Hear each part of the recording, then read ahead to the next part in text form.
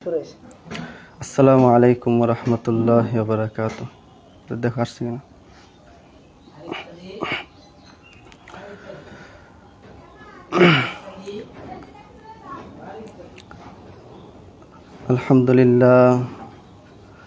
আলহামদুলিল্লাহ ওয়া কাফা ওয়া সালামুন আলা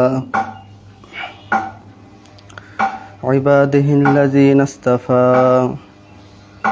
أما بعد فأعوذ بالله من الشيطان الرجيم.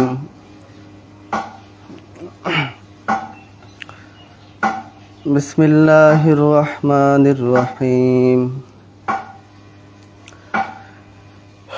إن الذين آمنوا وعملوا الصالحات كانت لهم جنات الفردوس نزلا. وقال رسول الله صلى الله عليه وسلم الدنيا مزرعة الآخرة أو كما قال عليه الصلاة والسلام. اللهم صل على محمد وعلى آل محمد كما صليت على إبراهيم وعلى آل إبراهيم إنك حميد مجيد. اللهم بارك على محمد وعلى آل محمد كما باركت على إبراهيم وعلى آل إبراهيم إنك حميد مجيد. আলহামদুলিল্লাহ, আল্লাহ পাকের কাছে অসংখ্য অগণিত নিয়ামতের শুকরিয়া যে আল্লাহ তাআলা আমাদেরকে অত্যন্ত মহাব্বত করে ভালোবেসে পবিত্র এই রমজান মাসে আজকে রমজানের 18তম রোজা মাগফিরাতের এই দিনে বিউটিফুল বালুকা পেজের মাধ্যমে রহমতের ছোঁয়ায় রহমতের আলোয় আলোকিত এক প্রোগ্রামে আমাদেরকে আল্লাহ তাআলা অংশগ্রহণ করার মতন সুযোগ দিয়েছেন। সেজন্য আমরা রবের কাছে শুকরিয়া আদায় করি। সবাই মিলে বলি আলহামদুলিল্লাহ। প্রিয় দর্শক, সম্মানিত ভালুকাবাসী, আমি সর্বপ্রথম কৃতজ্ঞতা প্রকাশ করছি এই পেজের যারা মেম্বার এবং বিশেষ করে অ্যাডমিন সহ যারা এই পেজের মাধ্যমে এত সুন্দর একটা আয়োজনের উদ্যোগ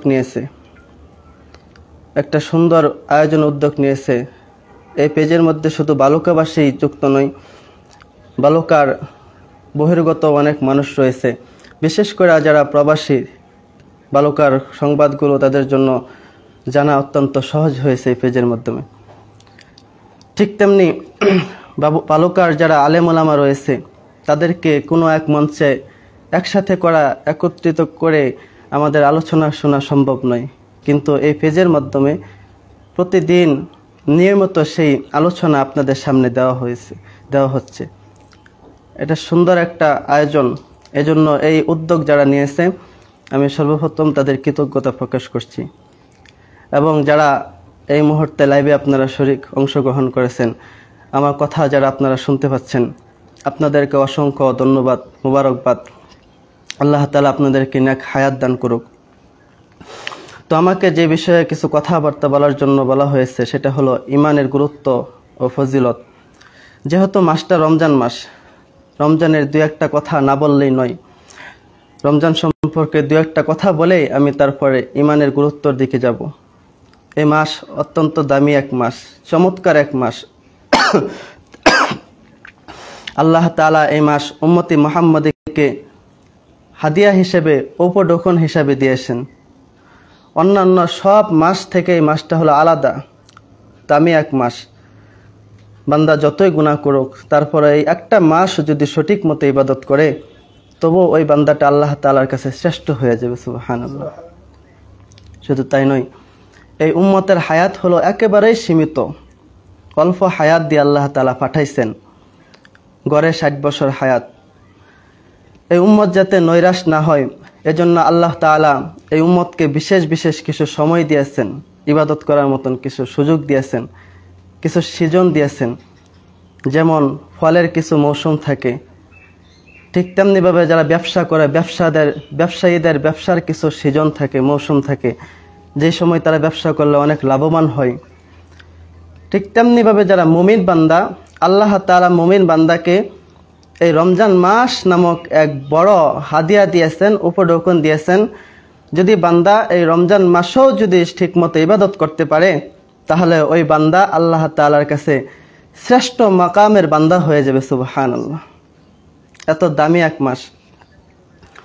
এবং এই মাসটা এতটাই গুরুত্ব যে এই মাস আসার আগেই আমাদের নবী জনাবে মুহাম্মদুর রাসূলুল্লাহ সাল্লাল্লাহু আলাইহি সাল্লাতু ওয়াসসালাম দীর্ঘ 2 মাস পূর্বেই তিনি আল্লাহর কাছে দোয়া করতেন।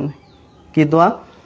আল্লাহুম্মা বারিক লানা ফি রজব ওয়া শাবান ওয়া বাল্লিগনা রমাদান। যে হে আল্লাহ, আপনি আমাদেরকে রজব এবং শাবানের বরকত দান করুন এবং রমজান পর্যন্ত আমাদেরকে হায়াত দান করুন। এই দোয়া আল্লাহর রাসূল সাল্লাল্লাহু আলাইহি সাল্লাতু ওয়াসসালাম স্বয়ং তিনি করতেন। তো আমাদের তো বড় খুশনসিব যে আমরা এই দোয়া আল্লাহ তাআলার কাছে করি নাই, তবু আল্লাহ তাআলা না চাইতেই আমাদেরকে লম্বা হায়াত দিয়া এই রমজান পর্যন্ত আমাদেরকে পৌঁছাইছেন। সুবহানাল্লাহ। এই রমজানের পূর্বে কত মানুষের মৃত্যু হয়ে গেছে, কত মানুষের রোজার আগের দিনও মরণ হয়েছে। তো আল্লাহ তাআলা আমাদেরকে এই রমজান পর্যন্ত পৌঁছে দিয়েছেন, দামি একটা মুহূর্ত আমরা পেয়েছি। এই মাসটাকে 3 ভাগে ভাগ করা হয়েছে: রহমত, মাগফিরাত, নাজাত। এই রহমত, মাগফিরাত, নাজাতের দ্বারা এই মাসটাকে বন্টন করা হয়েছে। তো ইতিমধ্যে আমাদের থেকে রহমতের সময়গুলো চলে গিয়েছে, অলরেডি মাগফিরাতের দিনগুলো আমাদের থেকে। সম্মানিত দর্শক, একটু লাইন বিচ্ছিন্ন হয়ে গেছে, দুঃখিত।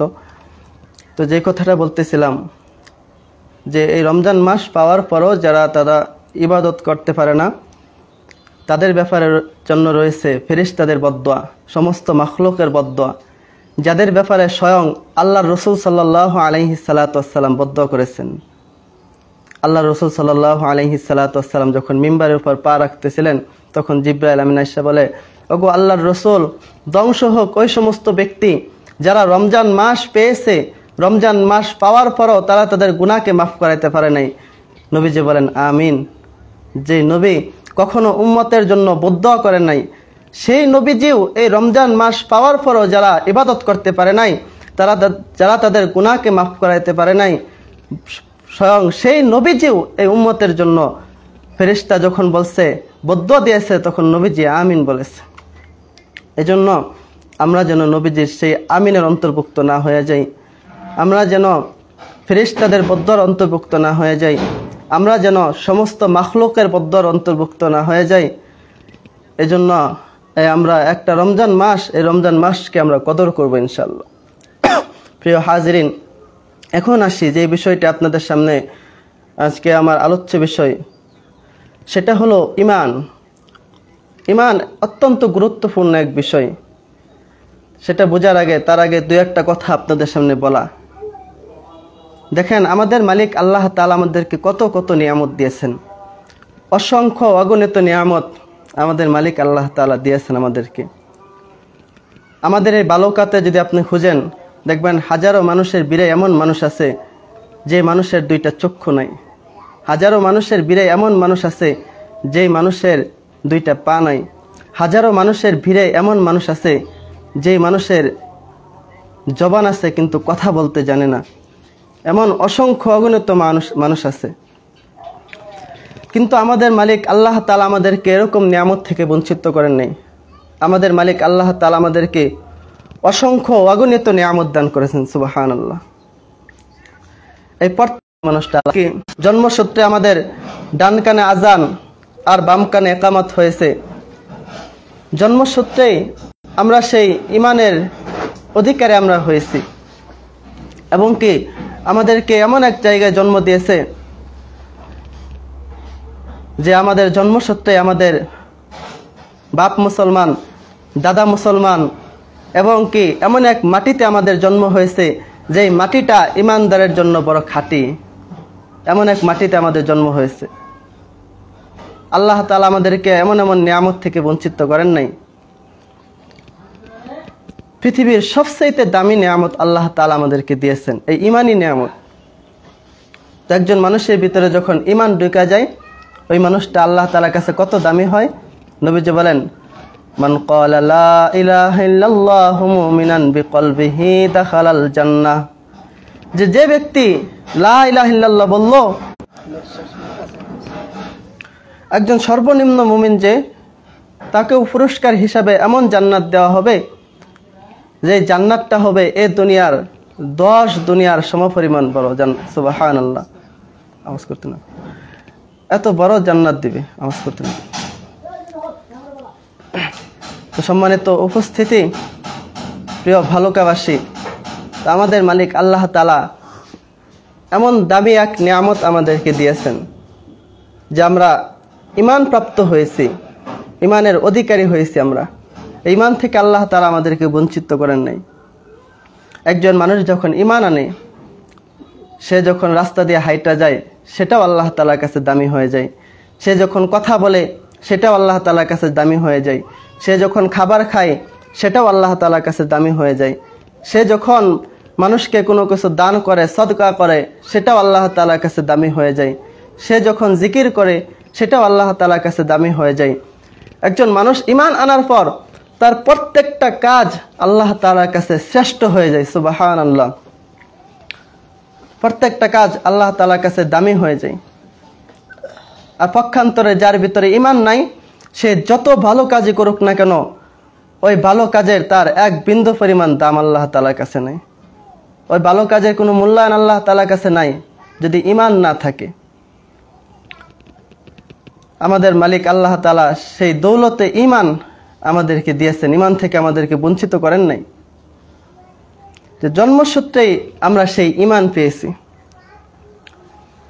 তো প্রিয় ভালুকাবাসী, তো এত দামি এক নিয়ামত আমরা পাইলাম, সেই নিয়ামতের শুকরিয়া আদায় অবশ্যই করতে হবে। ঈমান যাতে হারায়া না যায়, কোনোভাবে নষ্ট না হয়ে যায়। দেখেন এই ঈমানটা কত দামি, এর উদাহরণ দিয়া বিভিন্ন বিজ্ঞ আলেম উলামারা তিনারা বলেন, বুঝাইতে যায় বলেন, যেমন উপমহাদেশের একজন যুগশ্রেষ্ঠ আলেম হযরত মাওলানা মুফতি হামিদ জোহরি সাহেব, উনি অনেক সুন্দর মতো বলেছেন যে ঈমান কত দামি। উনি উপমা দিতে যায় এরকম,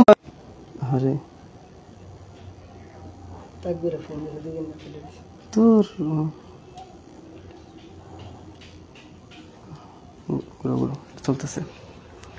তো প্রিয় দর্শক, তো লাইন বিচ্ছিন্ন হওয়ার কারণে আমি দুঃখিত। তো যে কথাটা বলতেছিলাম, যে হামিদ জোহরি সাহেব উনি অনেক সুন্দর মতন বুঝাইছেন। যেমন আমরা যদি খাতার মধ্যে অথবা সিলেটের মধ্যে একটা 1 লিখি, 1-এর পাশে যদি একটা শূন্য দেই, তাহলে কত হবে? 10। 2টা দিলে 100, 3টা দিলে 1000, 4টা দিলে 10,000, 5টা দিলে 1 লক্ষ, 6টা দিলে 10 লক্ষ। যদি 7টা শূন্য বসায় দিই, তাহলে 1 কোটি হবে। এখন আমার মতন কোনো বোকা সাকা ছাত্র যদি বলে যে এখানে এতগুলো শূন্য, শূন্যর কত পাওয়ার, শূন্য বাড়ানোর কারণে 1 থেকে 10 হয়ে গেছে, 10 থেকে 100, 100 থেকে 1000, 1000 থেকে 10,000, 10,000 থেকে 1 লক্ষ, 1 লক্ষ থেকে 10 লক্ষ, 10 লক্ষ থেকে 1 কোটি, তাহলে এই বেকা সেকা একটা 1 রেখা কি লাভ? একটা মুইসা দিই। এখন বলেন তো দেখি, এই 1 যদি মুইসা দিই, তাহলে শূন্যর কি কোনো দাম থাকবে? কোনো দাম থাকবে না। ঠিক তেমনি ভাবে আমাদের ঈমানটা হলো তেমন, আমাদের ঈমানটা হলো একটু বোঝার জন্য আমাদের ঈমানটাকে 1-এর জায়গায় নিয়ে আসেন। ঈমানটা মনে করেন 1-এর সাথে যদি আমরা একটু ন্যাক করি, আরেকটু দামি হবে, আরেকটু আমল করলে আরেকটু দামি হবে, আরেকটু আমল করলে আরেকটু দামি হবে।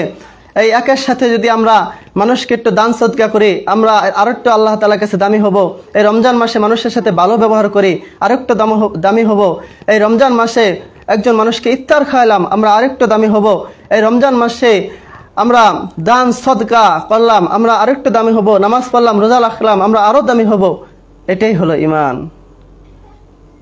যে এত দামি এক নিয়ামত আমাদের মালিক আল্লাহ তাআলা দিয়েছেন, এই সুযোগ একমাত্র মুসলমানের জন্য। আল্লাহ তাআলা আমাদেরকে বড় মহাব্বত করে বানাইছেন, বড় দামি করে বানাইছেন, জাহান্নামে দেওয়ার জন্য নয়। সৃষ্টির সেরা হলো মানুষ, আশরাফুল মাখলুকাত হলো মানুষ। এই মানুষকে আল্লাহ তাআলা বড় পছন্দ করেন, বড় মহাব্বত করেন, যে কারণে আল্লাহ তাআলা বান্দার ওসিলা তালাশ করেন, বাহানা তালাশ করেন। যে বান্দা সারা জীবন অন্যায় করেছে, অপরাধ করেছে, জীবনের শেষ মুহূর্তে একটা বার যদি আল্লাহ তাআলাকে আল্লাহ বলে ডাক দেয়, আল্লাহ তাআলা বান্দার জীবনের সমস্ত গুনাহগুলি মাফ করে দেবে। সুবহানাল্লাহ। প্রিয় দর্শক, আমি আপনাদের বালুকার সন্তান। আপনারা আমাকে অনেকে চিনেন, আমার বাড়ি সোহেল, আবার অনেকেই পরিচিত অপরিচিত এখানে যুক্ত আছেন। তো আপনারা যেহেতু আমার ভালুকার অর্থাৎ আমার মহাব্বতের মানুষ আপনারা, এজন্য মহাব্বতের জায়গা থেকে বলতে চাই যে আসুন, এই দুনিয়াটা আসলে কিছু নাই, অল্প সময়ের এই দুনিয়া, অল্প হায়াত দিয়ে আল্লাহ তাআলা আমাদেরকে পাঠাইছেন। দুনিয়া ছেড়ে একদিন চলে যেতে হবে। দুনিয়া থাকার জায়গা নয়, কেউ এই দুনিয়াতে চিরস্থায়ী থাকতে পারে নাই। অন্ধকার কবরে আমাদেরকে একদিন যাইতে হবে। সেজন্য আমরা সেই কবরে যাওয়ার আগে আমরা পরকালের জন্য প্রস্তুতি গ্রহণ করি, পরকালের জন্য সামানা আমরা উপার্জন করি। আর এর সুবর্ণ এক সুযোগ হলো এই মাহে রমজান। একটু ঘুরাও। আল্লাহ তাআলা এই সুযোগ দিয়ে আমাদেরকে পাঠাইছেন। তোমরা চালু করো, দেখো শোনা যায় না? ঠিক আছে। সেই সুযোগ আমাদেরকে আল্লাহ তাআলা দিয়েছেন। তো এই জন্য আমরা এই রমজান মাসটাকে কাজে লাগাবো ইনশাআল্লাহ। রমজান মাসের প্রতিটা মুহূর্তকে আমরা কাজে লাগাবো। এই রমজান মাস আমরা আমাদের আমল করে, নেক আমল করে, ইবাদত করে ইমানটাকে পাক সাফ করব। ইমান যেহেতু অনেক মূল্যবান জিনিস, এই ইমান হারায়া যাওয়ার সম্ভাবনা আছে, এটা চুরি হয়ে যাওয়ার সম্ভাবনা আছে। নাস্তিক মুরতাদেরা সর্বদাই মুসলমানের পিছনে লাগা আছে, কিভাবে মুসলমানের ইমানকে ধ্বংস করা যায়, মুসলমানের ইমানকে নষ্ট করা যায়, সেটা হতে দেওয়া যাবে না। সেজন্য আমাদেরকে সর্বদাই আমাদেরকে সজাগ থাকতে হবে। অনেক মানুষ মুসলমান যারা বুঝে না, ইহুদি খ্রিস্টানদের অল্প কিছু সাহায্য পায় তারা তাদের ইমানকে বিক্রি করে দেয়।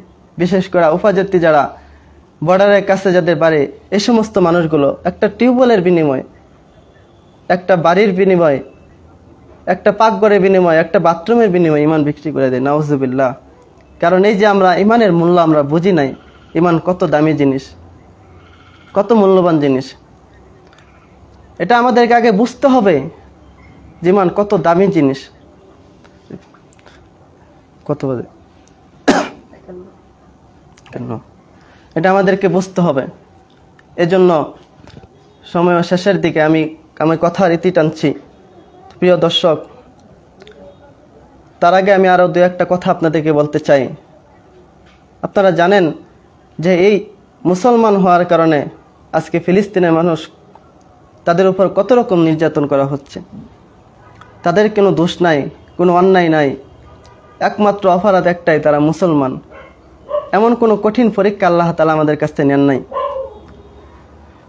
ওই ফিলিস্তিনি নিরহ নিরস্ত্র মুসলমানদের উপর ওই নেতানিয়াহু তাদের উপর কত রকম জুলুম করতেছে।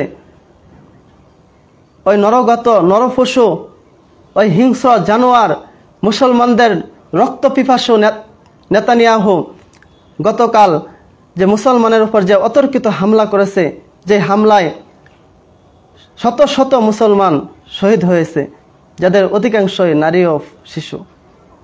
আমরা তাদের জন্য দোয়া করব, আল্লাহ তাআলা যেন তাদেরকে শহীদের মর্যাদা দান করে। কি অপরাধ তাদের, কি দোষ ছিল তাদের?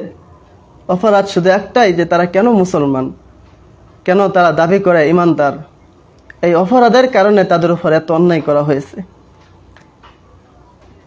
হে প্রিয় মুসলমান, সজাগ হতে হবে। উঠুন, জাগুন, হাত মুষ্টিবদ্ধ করুন। সমস্ত নাস্তিক মুরতাদদের বিরুদ্ধে আপনারা ঐক্যবদ্ধ হন। সেদিন বেশি দূরে নয়, আজকে যদি আমাদের ওই সমস্ত নিরহ নিরোহী নিরস্ত্র মুসলমানদের উপর আক্রমণ করে, ওদের রক্ত চক্ষু হতে পারে আমাদের দিকেও তারা চোখ রাঙাচ্ছে। এজন্য আমাদেরকে এই সমস্ত বিষয়ে সজাগ থাকতে হবে। এগুলো সাধারণ কোনো বিষয় নয়, ইমানের বিষয়। কারণ তারা চায় না আমরা ইমান নিয়ে বেঁচে থাকি। তাদের মধ্যে আমাদের মধ্যে পার্থক্য শুধু একটাই, আমরা মুসলমান, তারা নাফরমান। এজন্য ভাইয়েরা আমার, আমরা সর্বদাই আল্লাহ তাআলার কাছে আমরা ক্ষমা প্রার্থনা করব। রমজান মাস যেহেতু মাগফিরাতের এই দিন চলতেছে, বেশি বেশি আল্লাহ তাআলার কাছে ইস্তেগফার করব, বেশি বেশি আল্লাহ তাআলার কাছে করে ইস্তেগফার করব, ক্ষমা চাইব। ইস্তেগফার করার একটা মূল সিজন যাইতেছে এই সময়। পয়গম্বর মুসা আলাইহিস সালাতু ওয়াস সালামের জামানায় এক নাফরমান যে 40 বছর পর্যন্ত আল্লাহ তাআলা নাফরমানি করেছে, তো তার উপর আল্লাহ তাআলা নারাজ হইয়া বৃষ্টি বন্ধ করে দিয়েছে। লোকেরা যায় পয়গম্বর মুসা আলাইহিস সালাতু ওয়াস সালামের কাছে যায়, বলে, ওগো আল্লাহ, বৃষ্টি তো বন্ধ হয়ে গেছে। মুসা আলাইহিস সালাতু ওয়াস সালামের কাছে যায়, বলে, আপনি আল্লাহ তাআলার কাছে যায় বলেন আল্লাহ তাআলা যেন বৃষ্টি দেয়। তো লোকেরা যায় পয়গম্বর মুসা আলাইহিস সালাতু ওয়াস সালামের কাছে এই কথা বলার পর পয়গম্বর মুসা আলাইহিস সালাতু ওয়াস সালাম আল্লাহ তাআলার কাছে চলে যায়, বলে, ওগো আল্লাহ, বৃষ্টি বন্ধ হয়ে গেছে, ফসল আদি সব মারা যাচ্ছে, মানুষজন খাবে কি?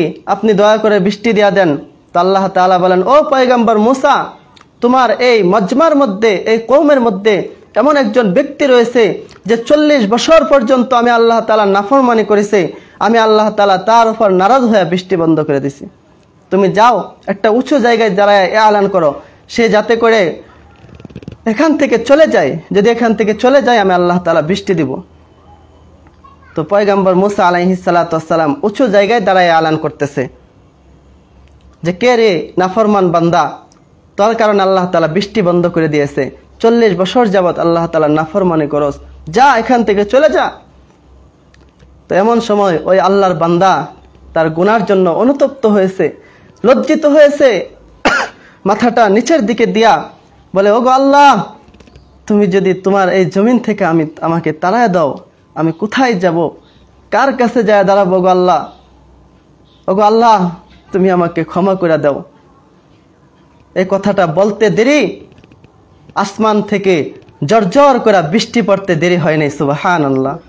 এবার পয়গম্বর মুসা আলাইহিস সালাতু ওয়াস সালাম আবার আশ্চর্য হয়ে যায়, ওগো আল্লাহ, দ্বিতীয়বারের মতন আপনি আমাকে জুটা বানায়া দিলেন, আপনি বললেন নাফরমান এখান থেকে চলে না গেলে আপনি বৃষ্টি দিবেন না, কাউকে তো উঠা চলে যেতে দেখলাম না, আবার দেখলাম বৃষ্টি হইতেছে।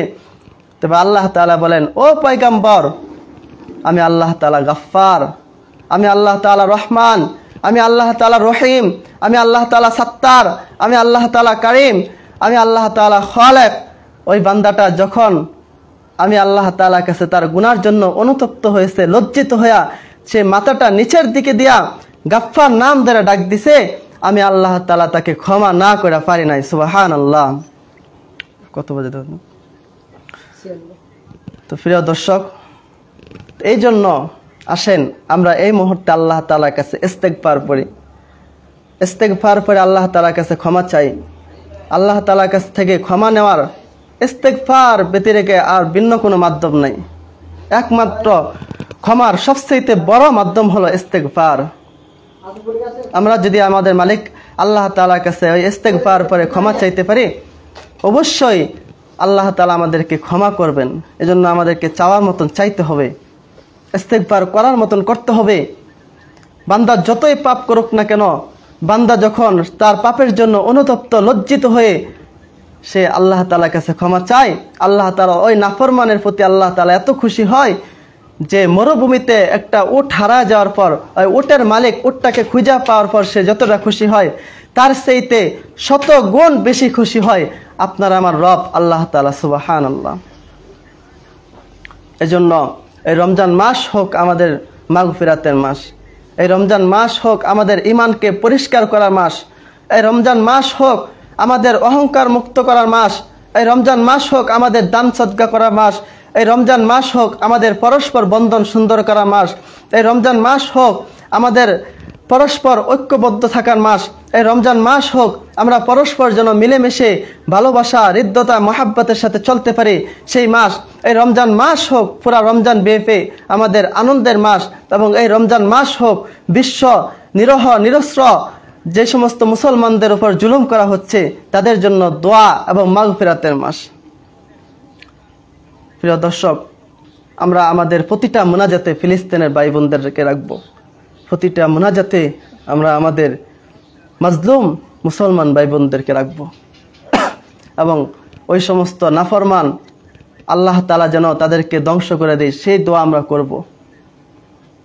আল্লাহ তাআলা যেন তাদেরকে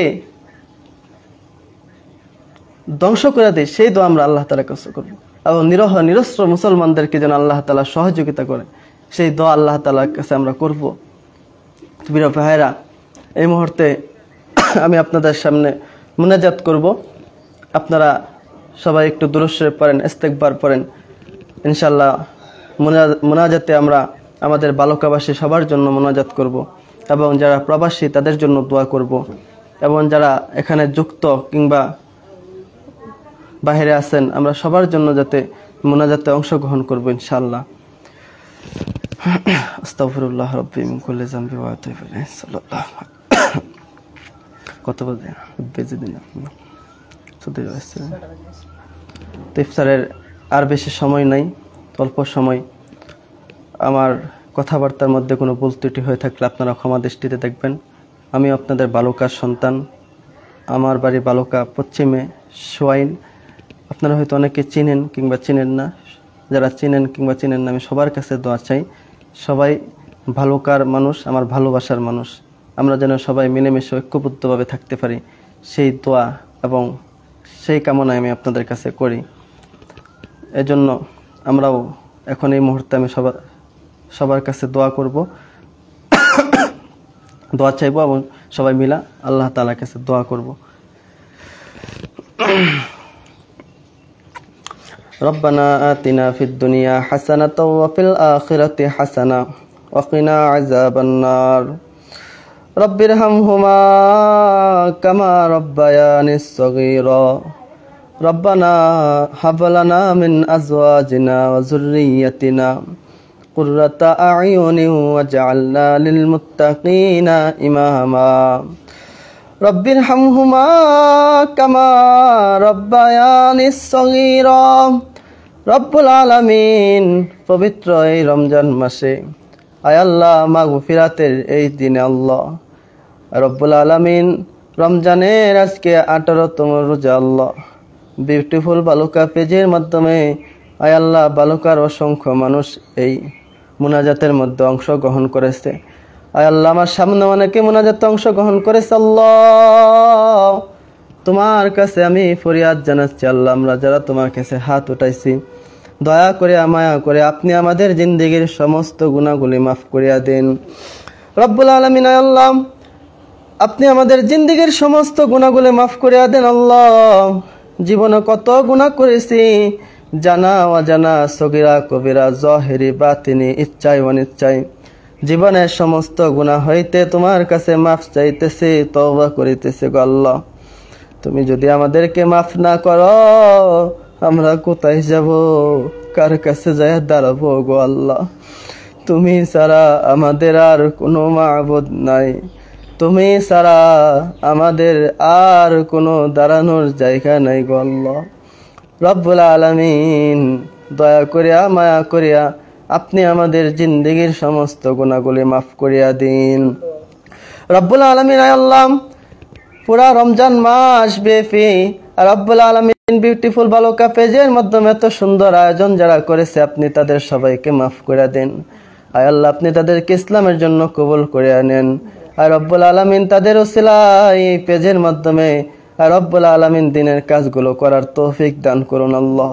আর রব্বুল আলামিন এই বিউটিফুল বালুকা পেজের মেম্বার যারা আর রব্বুল আলামিন এই মুহূর্তে যারা হাত উঠাইছে আর রব্বুল আলামিন যারা এই লাইভে অংশগ্রহণ করেছে তুমি তাদের সবাইকে মাফ করে দাও আল্লাহ রব্বুল আলামিন। আল্লাহ আমরা যারা হাত উঠাইছি আমাদের কারো মা নাই, কারো বাবা নাই গো আল্লাহ, আয় আল্লাহ আমাদের যাদের মা বাবা অন্ধকার কবরে চলে গিয়েছে, প্রত্যেকের মা বাবার কবরকে আপনি জান্নাতুল ফেরদাউস নসিব করেন আল্লাহ রব্বুল আলামিন। আমাদের সবাইকে ঈমান এবং আমল নিয়ে কবরে যাওয়ার তৌফিক দান করুন। হায় রব্বুল আলামিন, সারা বিশ্বে নিরহ নিরস্ত্র মুসলমানদেরকে তুমি হেফাজত দান করো আল্লাহ। আয় আল্লাহ ফিলিস্তিনের মুসলমানদেরকে তুমি হেফাজত দান করো আল্লাহ। আয় রব্বুল আলামিন, আয় আল্লাহ ফিলিস্তিনের মুসলমানদেরকে তুমি নিজ হাতে হেফাজত দান করো আল্লাহ। আয় রব্বুল আলামিন মুসলিম বিশ্বকে তুমি ঐক্যবদ্ধ করিয়া দাও। আয় আল্লাহ যারা তাদের উপর জুলুম করতেছে আয় আল্লাহ তুমি তাদেরকে ধ্বংস করে দাও আল্লাহ। আয় রব্বুল আলামিন তুমি তো সেই মালিক, আয় রব্বুল আলামিন যে ফেরাউনকে ধ্বংস করেছিলা, আয় আল্লাহ তুমি তো সেই মালিক যে একটা ল্যাংড়া মশার দ্বারা নমরুদকে ধ্বংস করেছ। আয় রব্বুল আলামিন কওমে লূত, কওমে সামুদ, কওমে আদকে তুমি ধ্বংস করেছ। আয় আল্লাহ তোমার সেই শক্তি এখনো আছে। আয় রব্বুল আলামিন ঠিক তেমনি আয় রব্বুল আলামিন যারা ফিলিস্তিনি নিরহ নিরস্ত্র মুসলমানদের উপর আক্রমণ করে অত্যাচার করে তুমি তাদেরকেও ধ্বংস করে দাও। আয় রব্বুল আলামিন আমাদের আত্মীয় স্বজন যারা কবরে চলে গিয়েছে প্রত্যেকের কবরকে তুমি জান্নাতুল ফেরদাউস বানায় দাও আল্লাহ রব্বুল আলামিন। আমাদেরকে ঈমান এবং আমল নিয়ে কবরে যাওয়ার তৌফিক দান করো আল্লাহ। আর রব্বুল আলামিন আমি অদম, আর রব্বুল আলামিন ঈমানের বিষয়ে দুই একটা ভাঙাচোরা কথা আল্লাহ তোমার বান্দাদেরকে শুনাইছি। আর রব্বুল আলামিন এর উপর যেন আমরা সবাই আমল করতে পারি সেই তৌফিক দান করুন আল্লাহ রব্বুল আলামিন। আমাদেরকে বেশি বেশি নেক আমল করার তৌফিক দান করুন। পরকালের ভয় আমাদের দিলের মধ্যে ঢুকায় দেন আল্লাহ। আর রব্বুল আলামিন আল্লাহ বেশি বেশি নেক আমল করার তৌফিক দান করুন আল্লাহ। আয় রব্বুল আলামিন আমাদের জীবনের শেষ মুহূর্তে একবার হলেও তোমার ঘর ওই বাইতুল্লাহ জিয়ারত করার তৌফিক দান করিও রব্বুল আলামিন। আয় আল্লাহ আমাদের সবাইকে ঐক্যবদ্ধ হয়ে মিলেমিশে বসবাস করার তৌফিক দান করো আল্লাহ। আয় রব্বুল আলামিন আমাদের বালকার মধ্যে রহমত বর্ষণ করুন। আয় রব্বুল আলামিন বালকার মানুষদেরকে আপনি সর্বপ্রকার যায় ঝামেলা থেকে হেফাজত দান করুন। আয় রব্বুল আলামিন আল্লাহ তাদের মনের নেক আশাগুলো আপনি কবুল করিয়া নেন। আয় রব্বুল আলামিন বালকাবাসী এই বিউটিফুল বালকা ফেজের মাধ্যমে যেন বালকাবাসীর আর রব্বুল আলামিন সর্বদাই খোঁজ খবর রাখার তৌফিক হয় সেই তৌফিক দান করুন। আর রব্বুল আলামিন আপনি আমাদের সবাইকে মাফ করিয়া দেন। আর রব্বুল আলামিন আমাদের রোজা এবং তারাবিগুলো কবুল করিয়া নেন। ওয়া সাল্লাল্লাহু তাআলা আলা খায়রি খালকিহি মুহাম্মাদ ওয়া আলা আলিহি ওয়া আসহাবিহি আজমাইন আমিন বিরহমাতিকা ইয়া আরহামার রাহিমিন। আসসালামু আলাইকুম। এতক্ষণ আপনারা যারা লাইভে যুক্ত ছিলেন আপনাদেরকে আমি ধন্যবাদ জানাচ্ছি। আমার জন্য আপনারা সবাই দোয়া করবেন, আপনাদের জন্য আমি ইনশাল্লাহ দোয়া করব, মুনাজাতে রাখবো। ফিলিস্তিনে নিরহ নিরস্ত্র মুসলমানদের জন্য আপনারা দোয়া করবেন। এবং অল্প সময় থাকার কারণে ওরকম লম্বা আলোচনা করার সুযোগ হয়নি, দুই একটা কথা ভাঙ্গাচোরা যা আপনাদেরকে বলেছি তার উপর যেন আমরা আলোচনা করতে পারি এবং এখান থেকে সঠিক বুঝ আমরা নিতে পারি সেই তৌফিক আল্লাহ তাআলা আমাদেরকে দান করুন। ওয়া আখিরে দাওয়ানা আনিল হামদুলিল্লাহি রাব্বিল আলামিন। আসসালামু আলাইকুম ওয়া রাহমাতুল্লাহি ওয়া বারাকাতুহু।